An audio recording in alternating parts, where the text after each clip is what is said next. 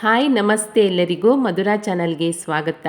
ಇವತ್ತೊಂದು ತುಂಬಾ ಸಿಂಪಲ್ಲಾಗಿ ಮಾಡ್ಕೊಳ್ಬಹುದಾದಂತಹ ಬೆಂಡೆಕಾಯಿ ಚಟ್ನಿ ರೆಸಿಪಿಯನ್ನು ನಿಮ್ಮ ಜೊತೆ ಶೇರ್ ಮಾಡ್ತಾ ಇದ್ದೇನೆ. ಚಪಾತಿ ರೊಟ್ಟಿ ಅನ್ನಕ್ಕೆ ಸೂಪರ್ ಆಗಿರುವ ಈ ಚಟ್ನಿಯನ್ನು ಹೇಗೆ ಮಾಡ್ಕೊಳ್ಳೋದಂತ ನೋಡೋಣ ಬನ್ನಿ. ಮೊದಲಿಗೆ ನಾನಿಲ್ಲಿ ಒಂದು 10 ಬೆಂಡೆಕಾಯಿಯನ್ನು ಚೆನ್ನಾಗಿ ತೊಳೆದ್ಬಿಟ್ಟು ಬಟ್ಟೆಯಿಂದ ಒರೆಸಿ ಈ ರೀತಿಯಾಗಿ ದೊಡ್ಡ ದೊಡ್ಡದಾಗಿ ಕಟ್ ಮಾಡಿ ಇಟ್ಕೊಂಡಿದ್ದೇನೆ. ನಂತರ ಖಾರಕ್ಕೆ ಒಂದು 4 ಹಸಿಮೆಣಸು ಹಾಗೆ ಒಂದು 3 ಟೊಮೆಟೊವನ್ನು ರೆಡಿ ಮಾಡಿ ಇಟ್ಕೊಂಡಿದ್ದೇನೆ. ಮೊದಲಿಗೆ ಇವೆಲ್ಲವನ್ನು ಫ್ರೈ ಮಾಡ್ಕೊಳ್ಬೇಕು. ಅದಕ್ಕೋಸ್ಕರ ಸ್ಟವ್ ಮೇಲೆ ಒಂದು ಬಾಣಲೆಯನ್ನು ಇಟ್ಕೊಂಡ್ಬಿಟ್ಟು ಇದಕ್ಕೆ 2 ಟೇಬಲ್ ಸ್ಪೂನ್ ಆಗುವಷ್ಟು ಎಣ್ಣೆಯನ್ನು ಸೇರಿಸ್ಕೊಳ್ತಾ ಇದ್ದೇನೆ. ಎಣ್ಣೆ ಕಾದ ನಂತರ ಹೆಚ್ಚಿ ಇಟ್ಕೊಂಡಿರುವಂತಹ ಬೆಂಡೆಕಾಯಿಯನ್ನು ಸೇರಿಸ್ಕೊಳ್ತೀನಿ. ನಂತರ ಇದಕ್ಕೆ ಒಂದು 1/4 ಟೇಬಲ್ ಸ್ಪೂನ್ ಆಗುವಷ್ಟು ಅರಿಶಿಣವನ್ನು ಸೇರಿಸ್ಕೊಂಡು ಬೆಂಡೆಕಾಯಿಯನ್ನು ಚೆನ್ನಾಗಿ ಹುರ್ಕೊಳ್ಬೇಕು.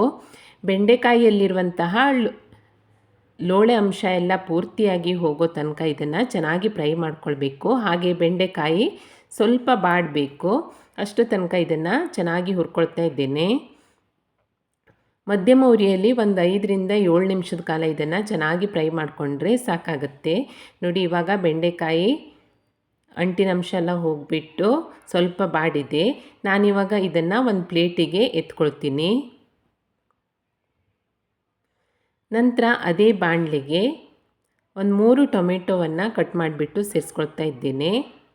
ಹಾಗೆ ಒಂದು 4 ಹಸಿಮೆಣಸನ್ನು ಸೇರಿಸ್ಕೊಳ್ತಾ ಇದ್ದೇನೆ. ನೀವು ಖಾರ ನೋಡಿಬಿಟ್ಟು ಸೇರಿಸ್ಕೊಳ್ಳಿ. ನಂತರ ಚಿಕ್ಕ ಹುಣಸೆ ಹಣ್ಣನ್ನು ಸೇರಿಸ್ಕೊಂಡು ಈ ಟೊಮೆಟೊ, ಹುಣಸೆಹಣ್ಣು ಮತ್ತು ಹಸಿಮೆಣಸು ಬೇಯಲಿಕ್ಕೋಸ್ಕರ 1 ಗ್ಲಾಸ್ ಆಗುವಷ್ಟು ನೀರನ್ನು ಸೇರಿಸಿ ಇದನ್ನೊಮ್ಮೆ ಚೆನ್ನಾಗಿ ಮಿಕ್ಸ್ ಮಾಡಿಕೊಂಡು ಇದಕ್ಕೆ ಒಂದು ಲಿಡ್ಡನ್ನು ಮುಚ್ಚಿಬಿಟ್ಟು ಮಧ್ಯಮ ಉರಿಯಲ್ಲಿ ಇದನ್ನು ಬೇಯಲಿಕ್ಕೆ ಬಿಡ್ತಾ ಇದ್ದೇನೆ. ಇದರಲ್ಲಿರುವ ನೀರಿನಂಶ ಪೂರ್ತಿಯಾಗಿ ಡ್ರೈ ಆಗೋ ತನಕ ಹಾಗೆ ಟೊಮೆಟೊ ಚೆನ್ನಾಗಿ ಬೇಯೋ ತನಕ ಇದನ್ನು ಬೇಯಿಸ್ಕೊಳ್ಬೇಕು. ನೋಡಿ, ಒಂದು 4 ನಿಮಿಷದ ನಂತರ ನೀರು ಪೂರ್ತಿ ಡ್ರೈ ಆಗಿದೆ. ಹಾಗೆ ಟೊಮೆಟೊ, ಹಸಿಮೆಣಸು ಕೂಡ ಚೆನ್ನಾಗಿ ಬೆಂದಿದೆ. ಇವಾಗ ಸ್ಟವನ್ನು ಆಫ್ ಮಾಡಿಕೊಂಡು ಇದನ್ನು ತಣ್ಣಗಾಗಲಿಕ್ಕೆ ಬಿಡ್ತಾ ಇದ್ದೇನೆ.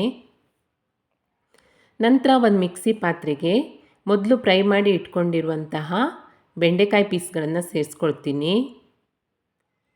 ನಂತರ ಒಂದು 4 ಬೆಳ್ಳುಳ್ಳಿ ಹೆಸಳು ಹಾಗೆ ರುಚಿಗೆ ತಕ್ಕಷ್ಟು ಉಪ್ಪು ಇದಿಷ್ಟನ್ನು ಸೇರಿಸ್ಕೊಂಡು ಬೆಂಡೆಕಾಯಿಯನ್ನು ರುಬ್ಕೊಳ್ತೀನಿ.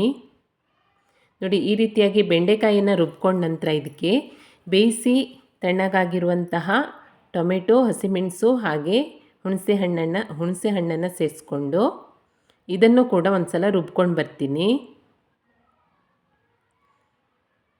ಇದಿಷ್ಟು ರುಬ್ಕೊಂಡ ನಂತರ ಕೊನೆಯಲ್ಲಿ ಈರುಳ್ಳಿಯನ್ನು ಚಿಕ್ಕದಾಗಿ ಹೆಚ್ಕೊಂಡ್ಬಿಟ್ಟು ಜಾಸ್ತಿ ರುಬ್ಬಬಾರ್ದು, ಒಂದೇ ಒಂದು ರೌಂಡ್ ತಿರ್ಸ್ಬೇಕು. ಯಾಕಂದರೆ ಚಟ್ನಿಯಲ್ಲಿ ಈರುಳ್ಳಿ ಅಲ್ಲಲ್ಲಿ ಬಾಯಿಗೆ ಸಿಗ್ತಾ ಇರಬೇಕು. ನೋಡಿ, ರುಬ್ಕೊಂಡಿರುವಂತಹ ಚಟ್ನಿಯನ್ನು ಒಂದು ಬೌಲ್ಗೆ ಸೇರಿಸ್ಕೊಂಡಿದ್ದೇನೆ. ಕೊನೆಯಲ್ಲಿ ಸ್ವಲ್ಪ ಕೊತ್ತಂಬರಿ ಸೊಪ್ಪನ್ನು ಸೇರಿಸ್ಕೊಂಡು ಚೆನ್ನಾಗಿ ಮಿಕ್ಸ್ ಮಾಡಿಕೊಂಡ್ರೆ ರುಚಿಯಾದಂತಹ ಬೆಂಡೆಕಾಯಿ ಚಟ್ನಿ ರೆಡಿಯಾಗುತ್ತೆ. ಈರುಳ್ಳಿ ಸೇರಿಸಿದ ನಂತರ 1 ರೌಂಡ್ ತಿರ್ಸ್ಕೊಂಡ್ರೆ ಸಾಕು. ತಿನ್ನುವಾಗ ಮಧ್ಯೆ ಈರುಳ್ಳಿ ಸಿಗ್ತಾ ಇರೋದ್ರಿಂದ ಬಾಯಿಗೆ ತುಂಬಾ ಚೆನ್ನಾಗಿರುತ್ತೆ ಚಟ್ನಿ. ಇದು ಚಪಾತಿ, ರೊಟ್ಟಿ, ಬಿಸಿ ಬಿಸಿ ಅನ್ನದ ಜೊತೆ ಕೂಡ ಸೈಡ್ ಡಿಶ್ ಆಗಿ ತುಂಬಾ ಚೆನ್ನಾಗಿರುತ್ತೆ. ತುಂಬಾ ಸಿಂಪಲ್ಲಾಗಿ ಮಾಡ್ಕೊಳ್ಬಹುದಾದಂಥ ಈ ಬೆಂಡೆಕಾಯಿ ಚಟ್ನಿಯನ್ನು ಖಂಡಿತ ಟ್ರೈ ಮಾಡಿ ನೋಡಿ. ರೆಸಿಪಿ ನಿಮಗೆ ಇಷ್ಟ ಆದಲ್ಲಿ ಲೈಕ್ ಮಾಡಿ, ಹಾಗೆ ಫ್ಯಾಮಿಲಿ ಫ್ರೆಂಡ್ಸ್ಗೆ ಶೇರ್ ಮಾಡಿ.